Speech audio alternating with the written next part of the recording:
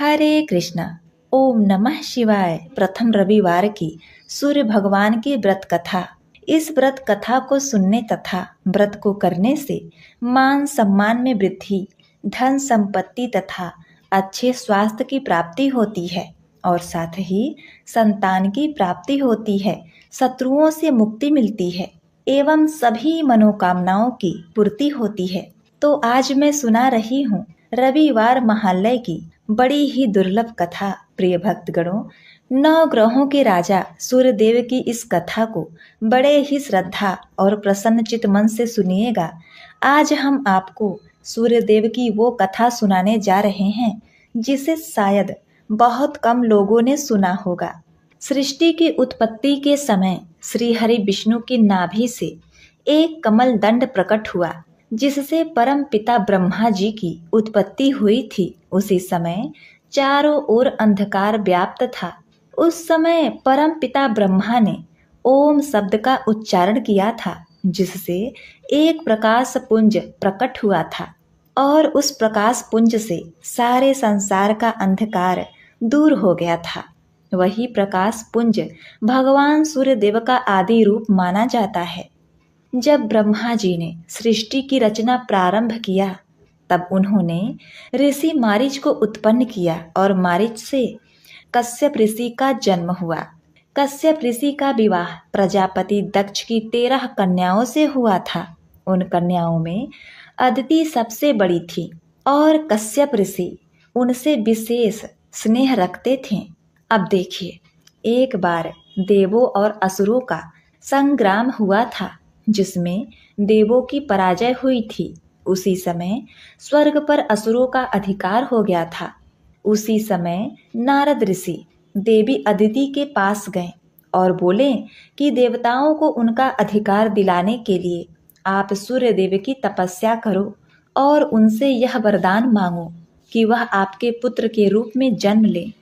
देवी अदिति और ऋषि कश्यप ने सूर्य देव की कठोर तपस्या की जिससे प्रसन्न होकर सूर्यदेव प्रकट हो गए और उन्हें वर मांगने को कहा। ऋषि बोले कि देवताओं को उनका अधिकार दिलाने के लिए आप हमारे पुत्र के रूप में जन्म लें। सूर्यदेव उनको वरदान देकर वहां से चले गए। समय आने पर माता अदिति के गर्भ से भगवान सूर्यदेव का जन्म हुआ। सूर्यदेव के जन्म से प्रकृति में चारों तरफ उत्साह और उमंग की लहर दौड़ गई। इसके पश्चात सूर्यदेव ने असुरों को पराजित करके इंद्र को उसका अधिकार दिलाया। त्रिदेवों ने उन्हें ग्रहों का राजा माना और फिर सूर्यदेव सूर्यमंडल के सूर्यलोक में स्थित होकर संसार को प्रकाशित करने लगे। सूर्यदेव अपने कर्तव्य का बड़ी निष्ठा से पालन करते थे, परंतु संसार चक्र चलाने के लिए ब्रह्मा जी को सूर्यदेव के समान ही उनके पुत्रों की आवश्यकता थी। ब्रह्मदेव ने नारद जी को देवशिल्पी विश्वकर्मा जी के पास भेजा। विश्वकर्मा जी भी उन दिनों अपनी पुत्री संज्ञा के लिए योग्य वर का तलाश कर रहे थे। नारद जी विश्वकर्मा जी के पास गए और बोले, परम पिता ब्रह्मदेव ने सूर्य और संज्ञा का रिश्ता तय किया है, परंतु सूर्यदेव को अपना जमाता बनाना इतना सरल नहीं है। नारद जी ने विश्वकर्मा और उनकी पत्नी को सूर्यदेव की तपस्या करने को कहा। विश्वकर्मा जी और उनकी पत्नी की तपस्या से सूर्यदेव प्रसन्न हुए और उन्होंने देवी संज्ञा का पति बनना स्वीकार किया कि इसके लिए वह उनके पिता ऋषि कश्यप और माता अदिति से बात करें। ऋषि कश्यप और देवी अदिति ने यह रिश्ता सहर्ष ही स्वीकार कर लिया। त्रिदेवों की उपस्थिति में सूर्यदेव का विवाह देवी संज्ञा से हुआ।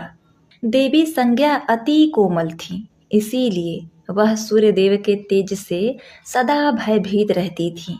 सूर्यदेव के तेज से देवी संध्या के अंग झुलस गए थे, परंतु फिर भी वह अपनी इच्छा के विपरीत सूर्यदेव के साथ रह रही थी।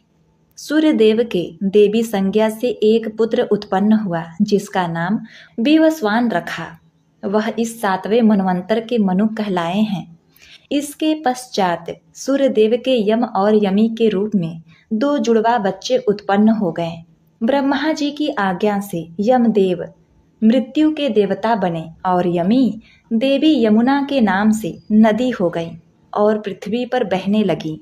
देवी संज्ञा सूर्यदेव के ताप से अत्यधिक विचलित रहती थी, इसीलिए उन्होंने अपनी छाया से बिल्कुल अपने जैसी दिखने वाली एक देवी प्रकट की और उसका नाम छाया रखा।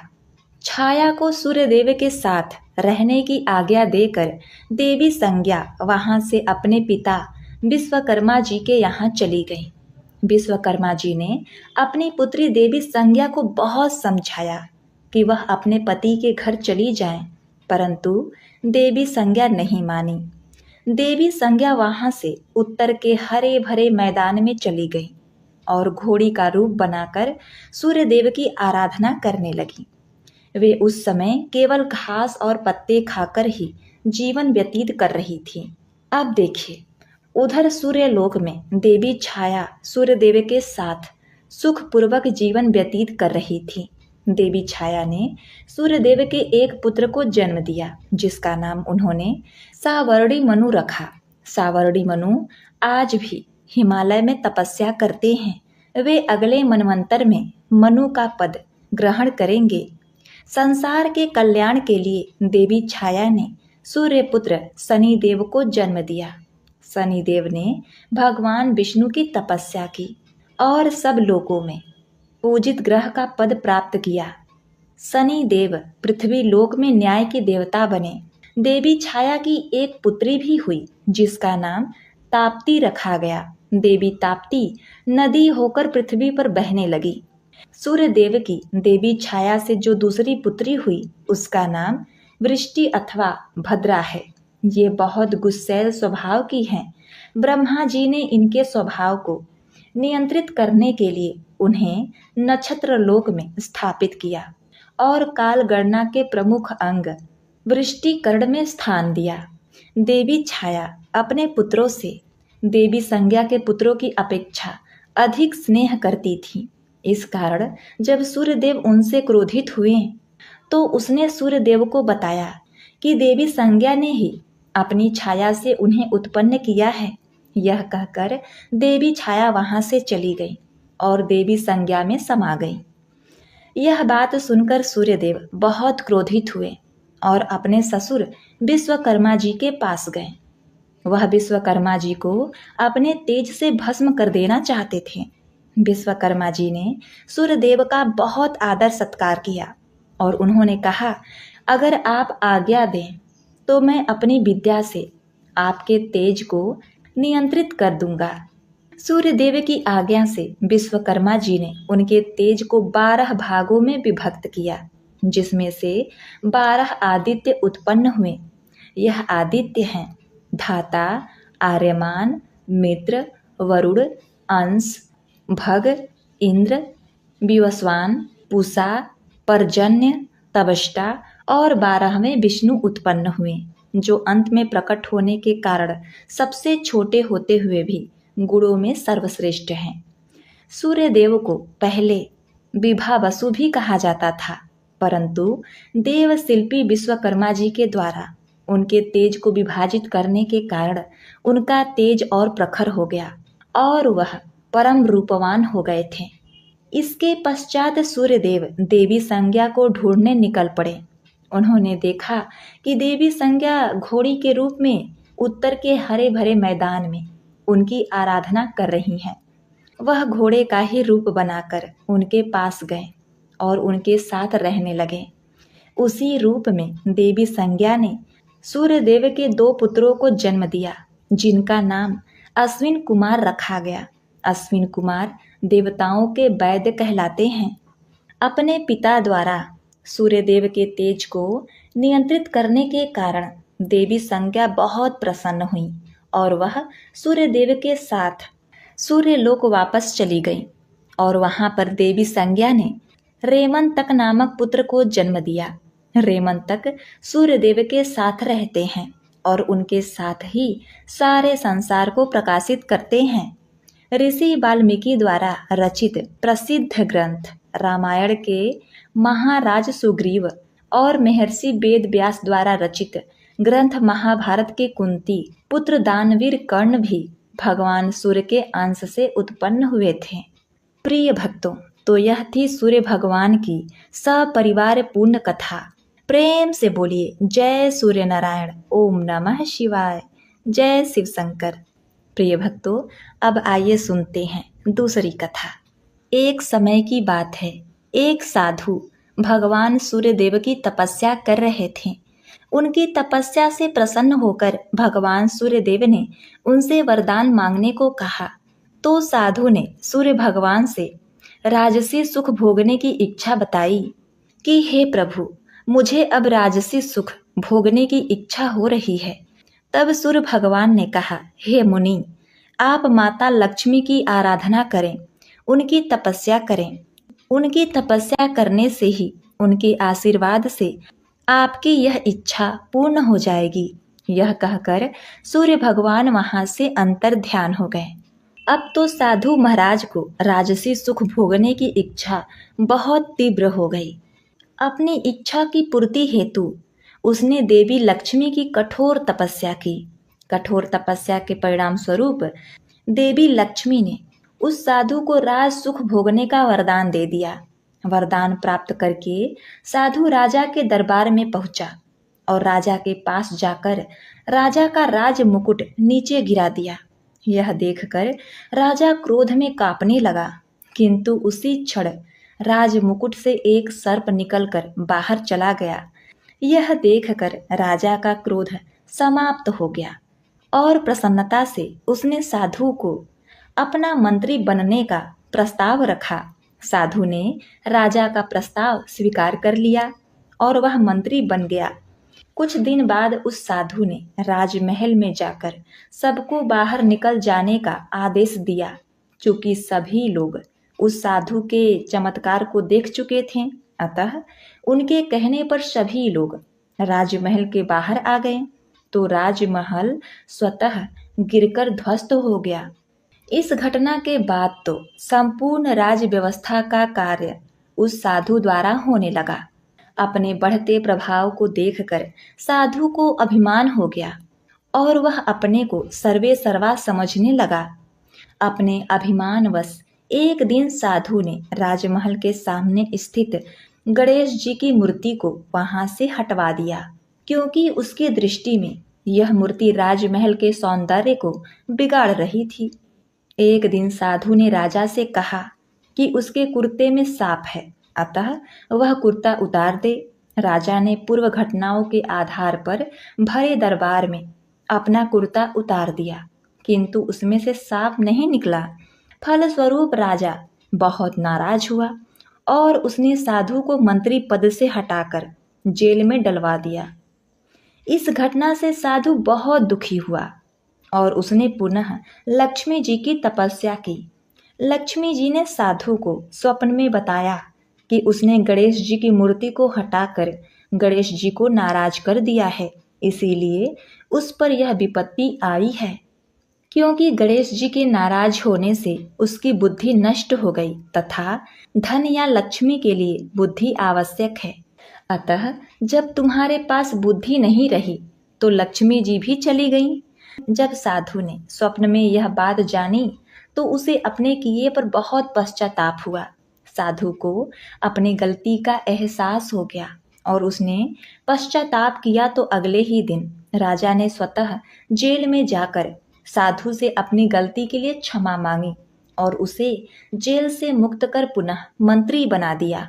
मंत्री बनने के बाद साधु ने पुनः गणेश जी की मूर्ति को पूर्वतः स्थापित करवाया, साथ ही साथ लक्ष्मी जी की भी मूर्ति स्थापित की और सर्वसाधारण को यह बताया कि सुख पूर्वक रहने के लिए ज्ञान एवं बुद्धि दोनों जरूरी है, इसीलिए लक्ष्मी एवं गणेश दोनों का पूजन एक साथ करना चाहिए।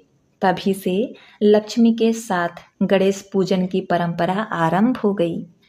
प्रेम से बोलिए जय श्री हरि, जय माता लक्ष्मी, जय हो गणेश बाबा, ओम नमः शिवाय। प्रिय भक्तगणों, अब आइए सुनते हैं तीसरी कथा। एक समय की बात है, कुंदन नगरी में एक बहुत ही धर्मात्मा राजा राज किया करते थे। राजा बहुत ही सरल हृदय की थे। उनकी दो दो रानियां थीं, अपितु दोनों ही रानियां बहुत ही दुष्ट स्वभाव की थीं तथा राजा के तीन तीन पुत्र भी थे। तीनों पुत्र बहुत ही निकम्मे तथा कामचोर थे। राजा के सभी धन को व्यर्थ में व्यय करते रहते थे।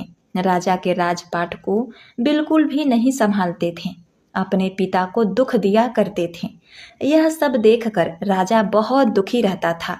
चूंकि राजा सूर्य भगवान का भक्त था, तो एक दिन उसे सूर्य भगवान ने स्वप्न में दर्शन दिया और कहा, हे राजा, मेरे बताए अनुसार तुम पूर्व की दिशा में शिकार खेलने के लिए जाओ। वहीं पर तुम्हारी सारी मनोकामनाएं पूर्ण होगी। वहीं पर तुम्हारे दुखों का अंत होगा। अब जब सुबह होती है तो राजा को स्वप्न वाली बात याद आती है। भगवान सूर्यदेव के आदेश से राजा जंगल की तरफ चला जाता है।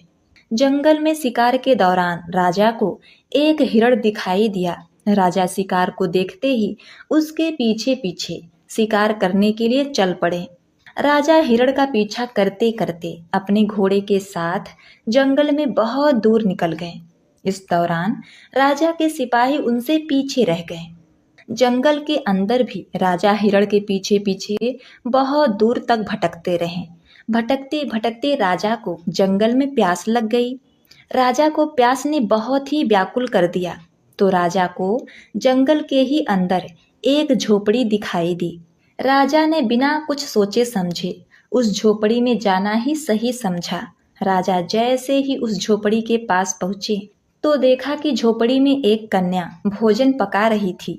वह बहुत ही रूपवती तथा सुशील और सुंदर थी। राजा ने झोपड़ी में पहुंचते ही तुरंत उस कन्या से कहा कि हे रूपवती कन्या, एक गिलास पानी लाओ, मुझे बहुत प्यास लगी है। कन्या ने राजा को पहचाना नहीं, लिहाजा एक खाट लाकर बिछा दी और राजा को आम आदमी की तरह बैठने के लिए कहा। थोड़ी देर में राजा के लिए कन्या एक गिलास पानी लेकर आ गई। पानी देखते ही राजा ने राहत की सांस ली। लेकिन जैसे ही राजा ने पानी पीने के लिए गिलास हाथ में लिया तो राजा बेहद क्रोधित हो गए, क्योंकि पानी के गिलास में खराब तिनके पड़े हुए थे। राजा ने क्रोध में कन्या से पूछा कि तुम्हारे पिता कहाँ हैं? कन्या ने बेहद शांत स्वभाव में कहा कि मेरे पिता तो मिट्टी को मिट्टी में मिलाने गए हैं। राजा को लगा ये कन्या उनके साथ कोई मजाक कर रही है। ऐसे में राजा का क्रोध और बढ़ गया। लेकिन राजा को प्यास ज्यादा लगी होने के कारण राजा ने कन्या को दूसरा साफ पानी लाने को कहा। कन्या थोड़ी देर में दूसरा पानी का गिलास ले आई। राजा ने पानी पिया और अपनी प्यास बुझाई। राजा पानी पी रहे थे, इतने में लड़की के पिता भी बाहर आ गए। लड़की के पिता ने राजा को देखते ही पहचान लिया और राजा से हाथ जोड़कर आदर पूर्वक प्रणाम किया। लड़की के पिता ने कहा, महाराज, आज आप मुझ गरीब की झोपड़ी में पधारे और आपको देखकर मैं धन्य हो गया। कहिए, मैं आपका क्या सेवा कर सकता हूँ? तो राजा ने कहा कि आज मैं जंगल में हिरण का शिकार करने आया था और शिकार करते करते मैं बहुत आगे निकल गया और मेरे सभी सिपाही मुझसे पीछे छूट गए। ऐसे में जंगल के बीच में जब मुझे प्यास लगी तो जंगल के बीच में आपकी झोपड़ी दिखाई दी। झोपड़ी के अंदर आया तो देखा कि ये कन्या भोजन पका रही है। सोचा कन्या से पानी मांगकर पी लूं ताकि प्यास बुझ जाए। तब तुम्हारी इस दुष्ट कन्या ने मुझे जल में तिनके डालकर दे दिए ताकि मैं पानी ना पी सकूं।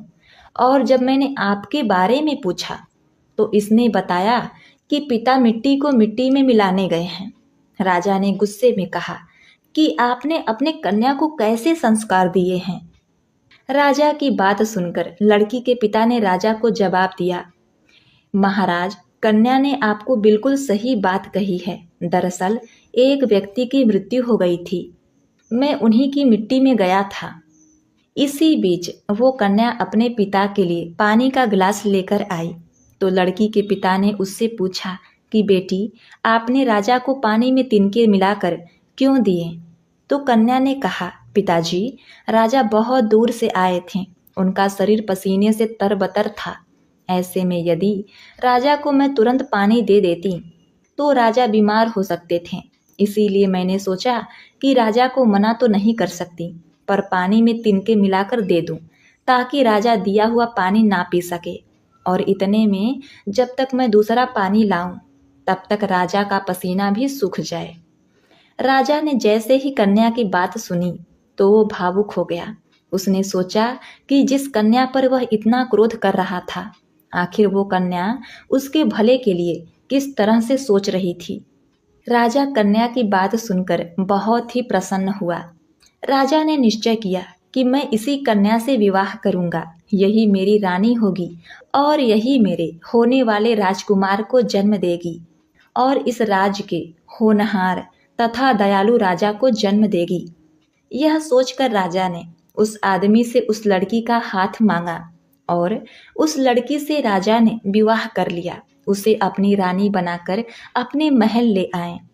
इस प्रकार से भगवान सूर्यदेव की कृपा से राजा को उनकी सुंदर और सुशील संस्कारी पत्नी मिली और उस पत्नी से राजा को एक सुंदर और तेजस्वी होनहार पुत्र का जन्म हुआ, जो आगे चलकर राजा का नाम रोशन किया और एक दयालु राजा के रूप में प्रतिष्ठित हुआ।